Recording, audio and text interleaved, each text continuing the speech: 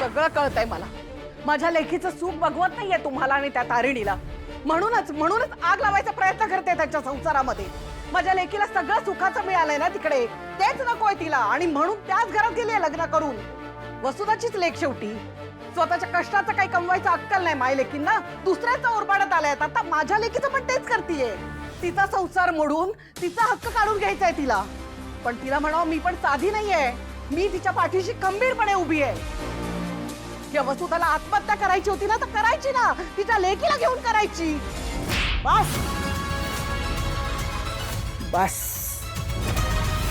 त्या तारिणीच्या बद्दल एक शब्द जरी तोंडातून काढलास ना तर आत्ताच्या आत्ता घराच्या बाहेर काढेन मी तुला. एक गोष्ट नीट लक्षात ठेवायची रेखा, उद्या निशीचा संसार जर मोडला तर त्याला फक्त तू आणि तूच कारणीभूत असशील. तू तिला जी शिकवण देतेस ना त्याचे काय परिणाम होतील याची अजून तुला कल्पना नाहीये. अगं बेलसरींचा चांगुलपणा म्हणून तुझं भावलं. खांडेकरांच्या घरात निशीचं सुद्धा तसंच होईल. या भ्रमात राहू नकोस. वेळीच तिच्या या सगळ्या चुकीच्या गोष्टी साथ देणं थांबव. चांगल्या गोष्टी शिकवता येत नसतील ना तर अगं निदान वाईट गोष्टी तरी शिकवू नकोस. तुझ्यासारख्या बाईला ना आई म्हणता नाही ग येणार. स्वतःच्याच मुलीच्या संसारात आग लावणारी बाई आहेस तू, बाई. सासूबाई बस. आम्ही तुझ्या आणि निशीच्या वागण्याकडे दुर्लक्ष करतोय याचा अर्थ आम्हाला काहीच समजत नाही. या भ्रमात राहू नकोस रेखा. सावत्र आई असलीस ना तरी सख्ख्या आईचा मान दिलाय तिने तुला. आजपर्यंत तू तिच्यामध्ये आणि निशीमध्ये तुझा भावच केलास, पण तिने कधी तुझा अपमान तर सोड ग, साधं उलट उत्तर सुद्धा दिलं नाही तुला. तरी तू आणि निशी तिला त्रास देण्यासाठी इतक्या खालच्या थराला उतरलात. आज निशीने जे केलंय ना त्याला कधीच माफी मिळू शकत नाही.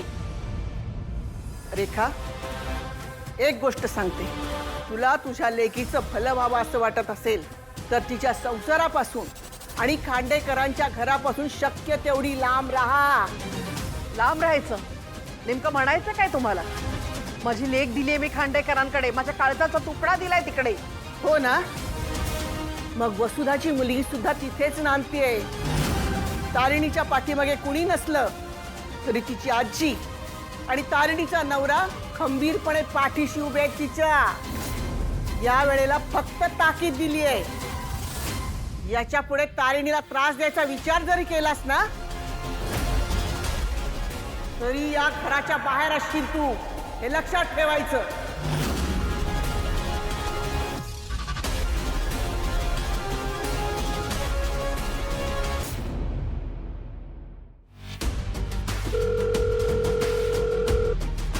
युवी प्लीज फोन उचल.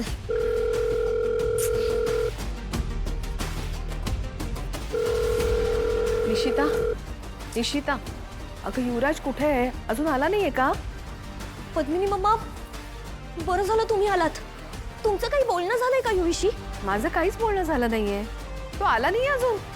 नाही ना, मगाशी डोक्यात राग घालून गेलाय तो, अजून आला नाहीये, फोनही उचलत नाहीये. या मुलाचा राग म्हणजे ना, तेच तर. रागाच्या भरात काही चुकीचं केलं नाही म्हणजे झालं. हे तू काहीतरी अभद्र बोलू नकोस हा. फोन कर तू त्याला.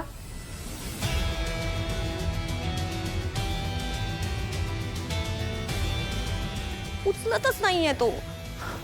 ते देवा. मम्मा एक बोलू? दया पप्पांनी आज युवराजवर हात उगारायला नको होता. एवढ्या मोठ्या मुलावर सगळ्यांसमोर हात उचलला.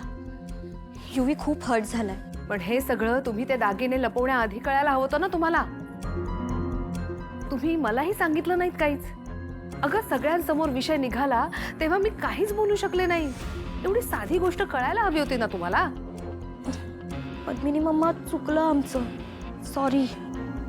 पण आम्ही जे काही केलं ना ते त्या दोघांना घराबाहेर काढण्यासाठीच केलं ना. आपण काय करतोय त्याचे परिणाम काय होतील, जर का ते आपल्यावर उलटलं तर आपल्याला किती महागात पडेल, या सगळ्याचा कुठलाही विचार न करता तुमच्या मनात येईल ते तुम्ही करून मोकळे झाला. Sorry mamma. सॉरी बोलून काही उपयोग नाही आता. जे व्हायचं होतं ते घडून गेलं. मम्मा खरं सांगू, आम्हा दोघांनाही कळत नाहीये की आता काय केलं तर ती दोघं घराच्या बाहेर जातील. काही केल्या ते जायचं नावच घेत नाहीयेत. त्या दोघांना घराबाहेर मलाही काढायचंय, कारण त्या दोघांमुळे माझ्या मुलाला खूप त्रास होतोय. आता मी गप्प नाही बसणार. म्हणजे काय करणार आहात तुम्ही? मम्मा मम्मा हे बघा, आता युवी ऑलरेडी डोक्यात राग घालून बाहेर गेलाय, तर तुम्ही काही रागात करू नका. प्लीज प्लीज शांत व्हा ना. आत्तापर्यंत शांतच होते, पण आता नाही. माझ्या मुलाच्या झालेल्या अपमानाची किंमत त्या दोघांना मोजावीच लागेल.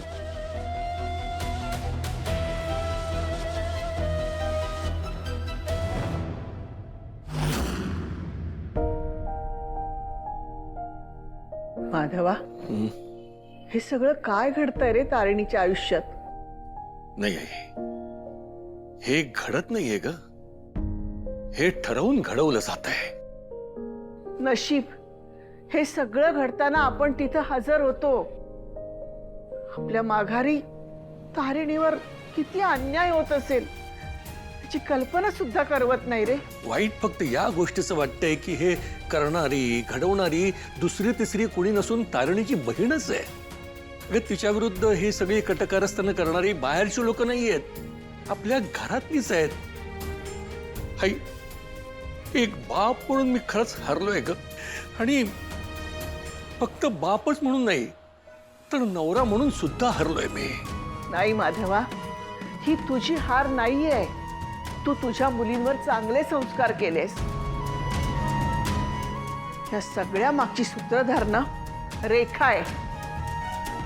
तिनं लहानपणापासून निशीच्या मनात हे द्वेषाचं बीज पेरलंय ना, त्याची ही सगळी फळं आहेत. आई, पण आता किती समजावं आणि कसं समजावं ना तेच मला कळत नाहीये.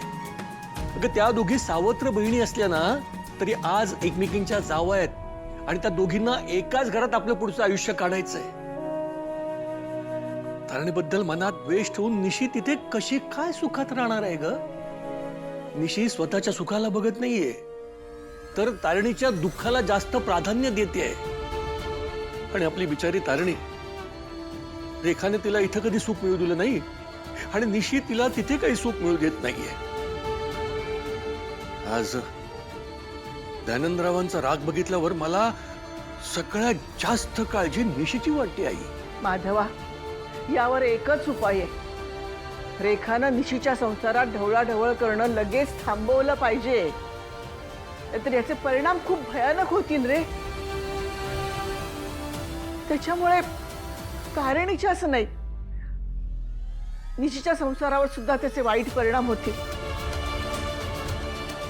देवी जगत तारिणी, वेळीच निशीला आणि रेखाला सद्बुद्धी दे बाई. यातून काही अनर्थ होण्याआधी हे सगळं थांबवायला हवं माधवा. आई, आता हीच अपेक्षा आहे, म्हणजे असंच व्हायला हवं काहीतरी.